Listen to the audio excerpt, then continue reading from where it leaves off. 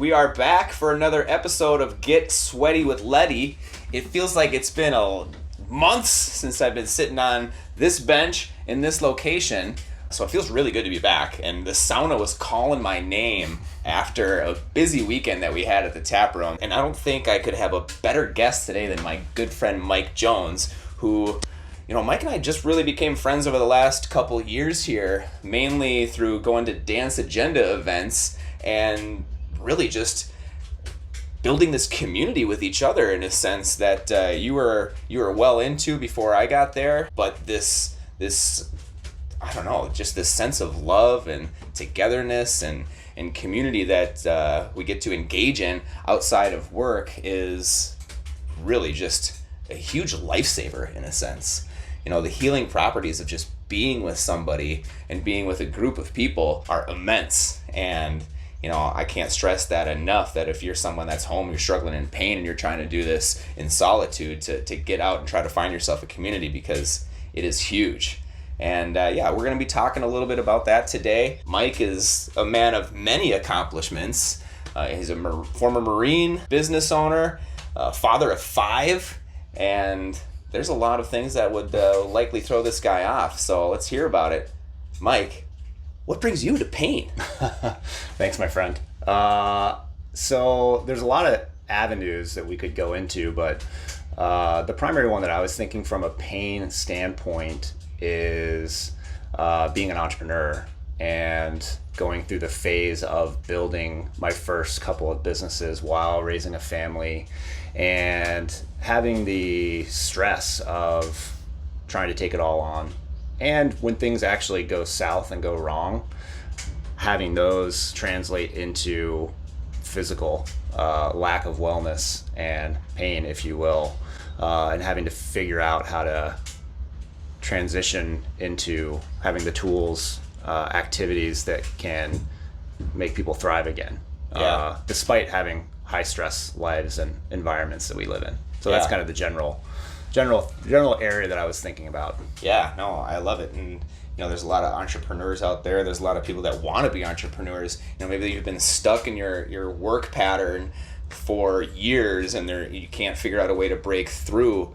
So, did you start, Mike, as an entrepreneur out of the gate, or what was your, I guess, initial journey like to become an entrepreneur? Yeah, tell us about that. Yeah, so I became an entrepreneur when I was 30.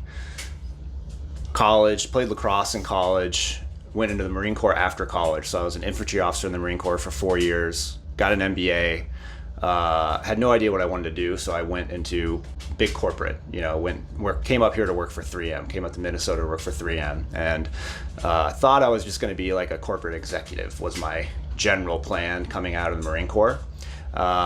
Lasted a few years, did okay, but had a good sense I wasn't going to thrive and that wasn't going to be my thing. Mm-hmm. And luckily, I got the opportunity to open the first CrossFit gym in St. Paul. Oh, sweet. And so my ex-wife and wife at the time, she was a trainer, and she was a very gifted trainer. I got into CrossFit being someone who was into athletics my whole life and saw that it was a very special thing. And so that launched us and me off into my entrepreneurial journey. So we started the first CrossFit gym in St. Paul, grew and merged with a friend who had the first CrossFit gym in Minneapolis called CrossFit Minneapolis, grew that to 4 locations, sold it, launched our own fitness brand called Alchemy 365, scaled that, expanded to another market, had a lot of success, and then during the phase of growth, also had 3 kids, had twins while we were building our first business, had another kid, had some really serious growing pains in my second business, timed with the breakup of my marriage to who's my ex-wife now, Andrea, who I'm very close with, who Yep. Who we're all still very close with, and the business having real serious struggles during that time that caused a lot of discomfort, pain, a lot of transition in life. And then, of course, we all work through those stages. I'm here today, having worked through all those things and gotten through it. And at this point now, I've exited those businesses and I work full-time coaching other entrepreneurs to help them get what they want out of their business, help them scale, help them get through that painful phase in a way that can be a little bit more palatable. Doesn't make it easy, as all entrepreneurs know, but can be a little bit more palatable. Mm-hmm. So I've since had 2 more kids. So like you said, I have 5 kids and I'm living the dream right now. And we always go through these phases that come up. Yeah. And life's a cycle, right? You're never gonna get over this difficult phase and then it's smooth sailing. You get through the difficult phase, you learn, and then you apply what you've learned to that next difficult phase. And if you're doing it right and you're staying disciplined and you're being consistent, you're able to persevere through those times. So where you're not just struggling in this fight or flight mode where you're constantly fighting to stay ahead of the game. And that at that point when you're doing that, you're leaving the wellness to the wayside. There's no time for that. So was it natural for you to get into the fitness world so that you could try to manage your wellness in a sense? Because I think that's huge, right? Mm-hmm. And now how do you build wellness into your daily life when you're not as a wellness entrepreneur? Yeah, it was. It was one part being opportunistic to seeing a great opportunity in front of me, and another being really interested in the wellness space because it felt like a efficient way to stay healthy, right? I could do the work that is aligned with trying to stay fit and healthy every day. So that really it felt like a good fit, and it was for a decade. I ran those fitness companies for a little over a decade, and they were great for me. The interesting thing is, I mentioned to you, I did a famous workout on Memorial Day yesterday called Murph. Yep. And that's a long workout. It's a run a mile, 100 pull-ups, 200 push-ups, 300 squats, run a mile, right? And you do whatever variation works for you. This is actually my 15th year in a row doing it. Nice. And I did half Murph because I didn't really feel the need. I haven't felt the need in a while to go full workout unless I'm really feeling it. And I felt great. It was, I probably felt like I was in the best shape I've been in a long time. And I could have done the full workout, but that wasn't my plan.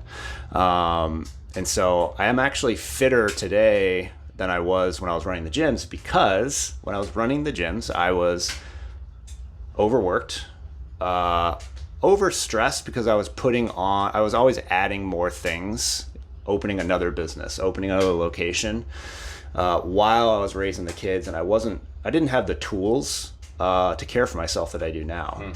And so today, with 5 kids, my own coaching practice that's growing and thriving, I'm able to, and being 10 years older than when I started, I'm able to have a higher level of fitness because I care for myself more. I have the tools like meditation, taking the time to focus on nutrition, and making sure I get enough sleep, which I wasn't doing back then, which can lead to just a downward spiral.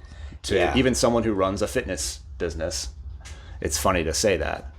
I come across a lot of people that just put sleep to the wayside.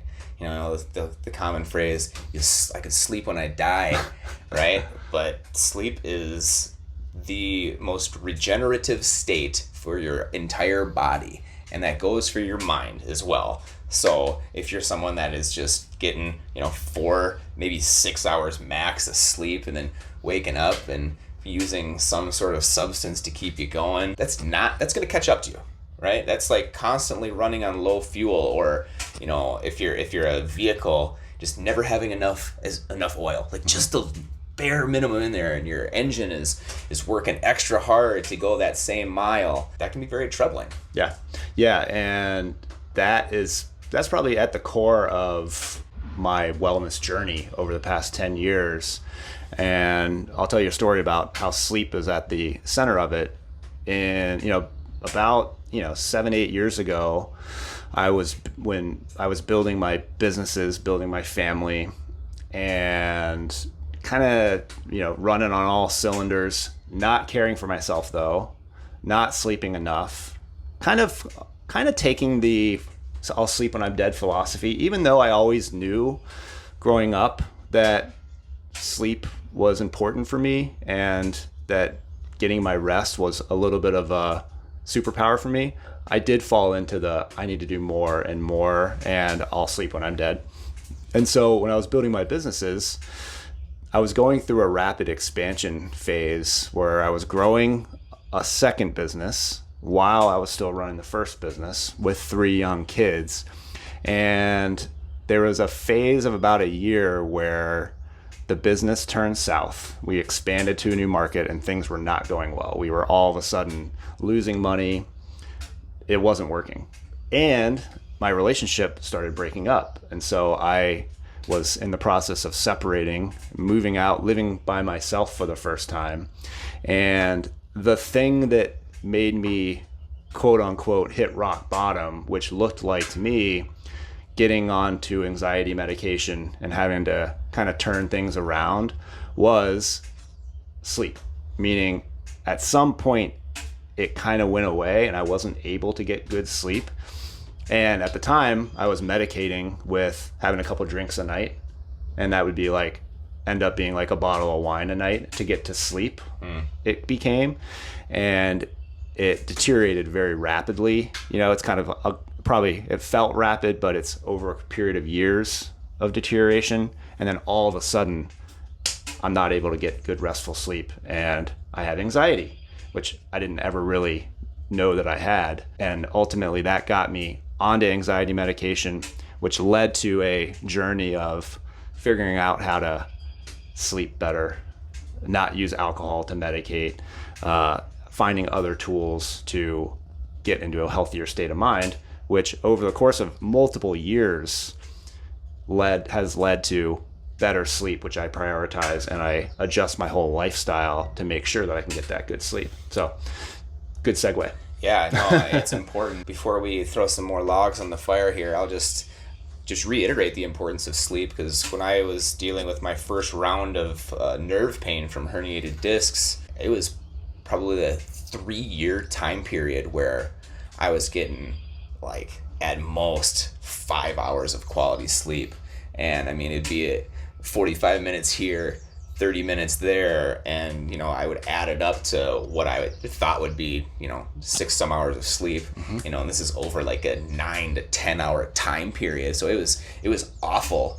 So what I had to do was I more or less did a mental sleep diary, and I kept track where 8 was my barometer. I'm not getting any less than 8, and if it was in the 7s, then I'd make up for it by getting 9 or 9.5. So I was always trying to play catch up and adding time to my sleep log. And I've got to the point now where I am caught up and I feel great. Sleep is still a challenge for me personally. I feel like the anxieties of life are always there. For me, I pee a lot at night, so I gotta figure that out. I know that there's not a trick, but there's something I can do, and I will figure that out. But sleep. Well, let's wake up some of these sleepy logs and light them on fire and get this thing really pumping. Love it. All right, we'll be back shortly. Let's do it.